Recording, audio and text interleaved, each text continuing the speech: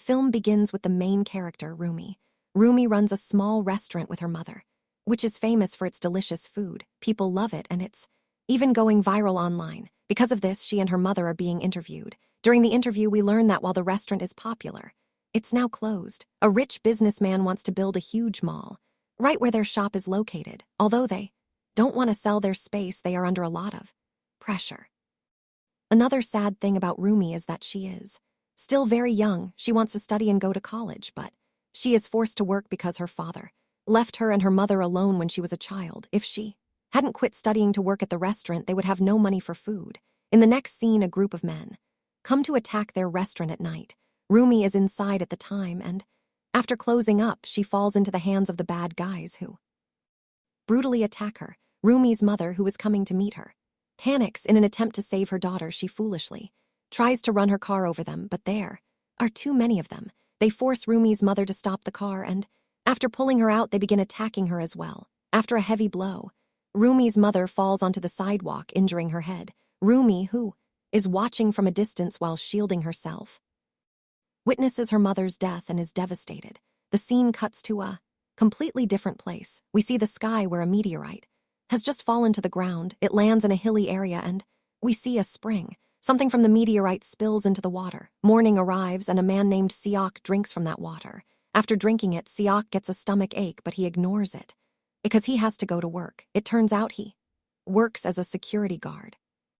However, he is not very honest and doesn't do his job well or take care of the area. In fact, he often steals things himself, and he is often scolded by his boss. Yet he continues his bad habits, even telling his coworkers to do the same. Later, when his female coworker tries to steal like him, she gets caught in the act. Instead of helping her, Seok runs away, hiding his face to avoid getting caught. He goes to a convenience store and buys a drink. As soon as he drinks it, he feels a sharp pain in his stomach, just as intense as the one he had in the morning. To endure the pain, he clenches his fist. As soon as he opens his fist, something strange happens. All the objects around him, large and small, float up and fly away. But Seok can't understand how this is happening. The store owner sees this, becomes scared of Seok, and sends him away, completely ignoring what just happened.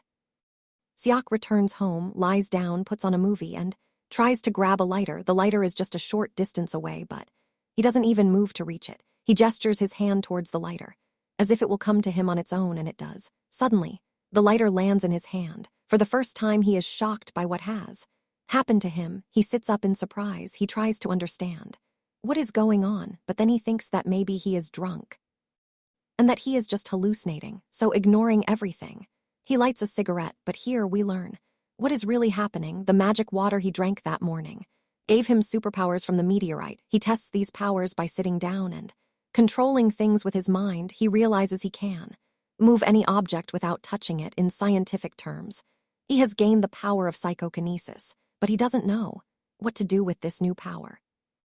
Putting his thoughts aside, he lies down again when his phone rings. Looking at the screen, he is shocked. He thinks it might be the police, but it is actually his daughter who calls to give him sad news. Her mother is dead. We then see the girl on the phone, and it's revealed to be Roo-mi. Seok is the father who left Roo-mi and her mother 10 years ago. He is surprised by Roo-mi's call, and the next morning he rushes to his ex-wife's funeral, where everyone who knows him is shocked to see him. Even he can't recognize Roo-mi at first because he hasn't seen her since she was a little girl, but Roo-mi recognizes him, and now she starts talking to him before they can say much. The men who attacked Roo-mi's mother arrive. Seeing them, Roo-mi becomes extremely angry and charges at them, wanting revenge. But a loyal lawyer friend stops Roo-mi from doing anything rash, as they plan to sue the company. The manager then tells Roo-mi that what happened yesterday was just a car accident. It wasn't our fault, but we've come to pay you for your mother's death. Hearing this, Roo-mi becomes even more angry. Is her mother's life just worth some money? She throws the money at them and says, "I'll see you in court." In reality, these men didn't just come to pay Roo-mi, but to pretend that the incident was merely a simple traffic accident. But Roo-mi refuses to stay quiet. Seok, who is watching everything from afar, is now regretting his choice to abandon his family years ago. He sees for the first time what his family has suffered without him. Until now, he didn't even know what was going on. Sometime later, the lawyer friend explains the whole situation to Seok. They take Seok to the restaurant. Upon arrival, they find the restaurant completely destroyed. The lawyer explains that this was done by the thugs.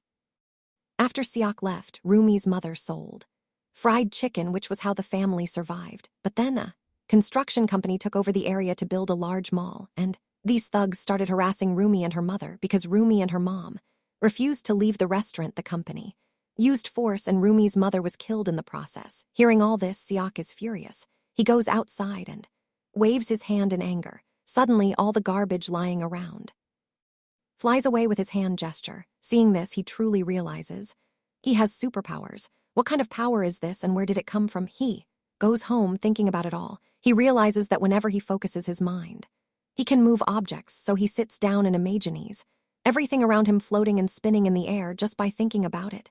All the objects lift up and spin around him. Seeing this, he is left speechless. He definitely has powers, but he doesn't know how to use them or how to earn money with them.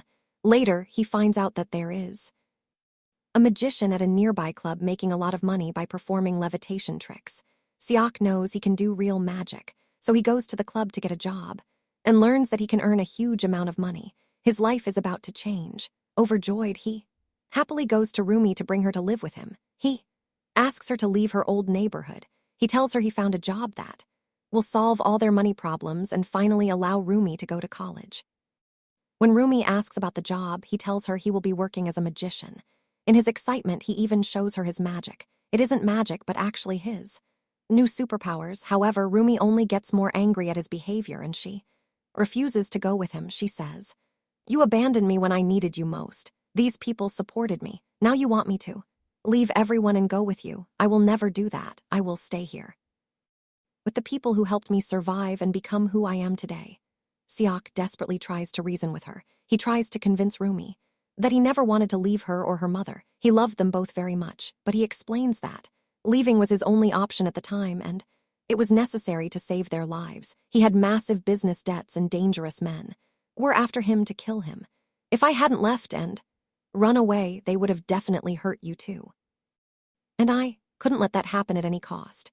Roo-mi refuses to believe his excuses, scolding her dad and telling him to leave. A sad Seok goes outside and notices company thugs standing nearby with heavy vehicles, and they are all armed with weapons. He quickly realizes that they are coming to attack the neighborhood. Before he can react, they rush in and begin destroying the remaining shops. The neighbors try to defend themselves, and just then Seok steps in to protect his daughter. Using his psychokinesis power, he beats the thugs without even touching them. The men run away in fear, but their luck is running out. Before anyone can leave, the police arrive and arrest everyone from the neighborhood. Now, since the thugs got beaten up so badly, they complain to the police about Seok. However, security cameras show that Seok never actually touched anyone. Therefore, Seok and the neighbors are released. Everyone is relieved and impressed with Seok's abilities. The community now accepts Seok as their hero and asks him to stay with them. Seok agrees because he knows that if he abandons his daughter again, she will never forgive him. His only goal now is to protect her. He must prevent the company from returning and destroying the area. Therefore, late at night, using his powerful mind, he gathers heavy metal objects and builds a giant barricade around the neighborhood. The next morning, we finally meet the boss of the evil company. Her name is Director Hong, and she is furious with her manager for failing to clear the area. She even has her bodyguards beat him up. Then, the manager explains that there is a man named Seok protecting them. He has superpowers. He beats us up without touching us and throws us out. Because he doesn't touch anyone on camera, the police won't do anything. Director Hong smiles and decides to handle Seok herself. She uses her influence to get Seok arrested on fake charges and visits him in jail. She shows him a video she edited to look bad for him. The news makes it look like Seok is using his powers for evil.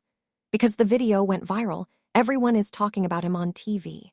Some officials and police officers even believe that he is a North Korean spy and that enemy scientists gave him these abilities. Hearing all this, Seok is terrified. He knows that if the government thinks he is a spy, he will be locked up forever. Hong tells him, "Look, your freedom is gone. If you listen to me and drop the fight, I will let you go, just as easily as I trapped you. But if you keep fighting me, it won't end well for you." After saying this, she leaves him with a threat. The scene cuts to the neighborhood where riot police are trying to forcefully evict everyone from the area. Despite the large police force, the residents do not run away. Instead, they decide to fight back. As the police try to break down Seok's barricade, they defend themselves from behind the wall. The situation turns into a riot, and the entire protest is broadcast live on TV. Seok, who is currently locked inside a jail cell, watches the news in panic. Seeing his daughter in danger, he realizes that he must use his powers to break free. Focusing his mind, he snaps his handcuffs off effortlessly, filled with new courage. He knows no prison can hold him back anymore. He easily rips the metal bars off his cell and busts a huge hole through the prison wall to escape. Running outside, he realizes his mind is stronger than ever. He concentrates on his own body to see if he can fly. He jumps up and tries to launch himself. At first, he is clumsy and struggles to control his direction in the air. He crashes a few times, but eventually learns how to stabilize himself, zooming through the sky. He flies across the city to rescue his daughter. Meanwhile, Roo-mi and the neighbors are trapped on a rooftop. The riot police use a crane to lift a shipping container full of officers up to the roof. As soon as the container lands, the police rush out and begin attacking Roo-mi and her friends, just as things look hopeless.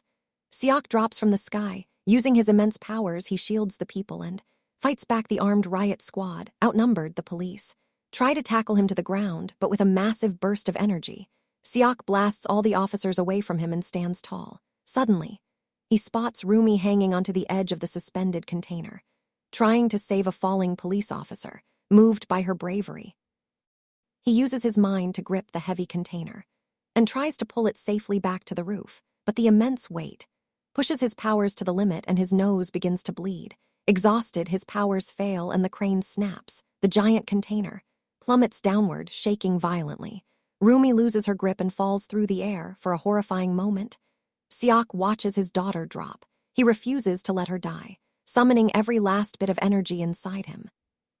He dives off the building like a rocket and catches Roo-mi safely before she hits the ground, having saved her life. He finally feels peace. He holds his daughter tightly. Everyone is relieved to see them alive, but soon Seok is surrounded by an army of police officers. He realizes that if he keeps fighting, more innocent people might get hurt. So for the safety of his daughter, he finally surrenders to the authorities. Before leaving, he makes sure the corrupt company boss is exposed. Because he turned himself in peacefully, he is given a shorter prison sentence. 4 years later, Seok is finally released from prison. Today, the young lawyer comes to pick him up at the gates. Seok eagerly asks him all about Roo-mi and how her new restaurant is doing. To his surprise, he learns that Roo-mi has married the lawyer. For a moment, Seok is shocked, but he quickly accepts it with a smile. They then drive back to the neighborhood they had fought so hard to protect. However, neither the old restaurant nor the giant mall was ever built there. Instead, the area remains empty, but Roo-mi has happily opened a brand new restaurant nearby and business is booming. Roo-mi is thrilled to finally see her father again. Seok is touched to see that Roo-mi has named her new restaurant Super Chicken with a cartoon of him flying. Smiling warmly, Roo-mi tosses her dad an apron to get to work. Seok uses his powers to playfully serve cold beers to the customers, floating them through the air. Everyone cheers at the amazing magic trick, and the movie ends on a happy note, showing the reunited family enjoying their lives.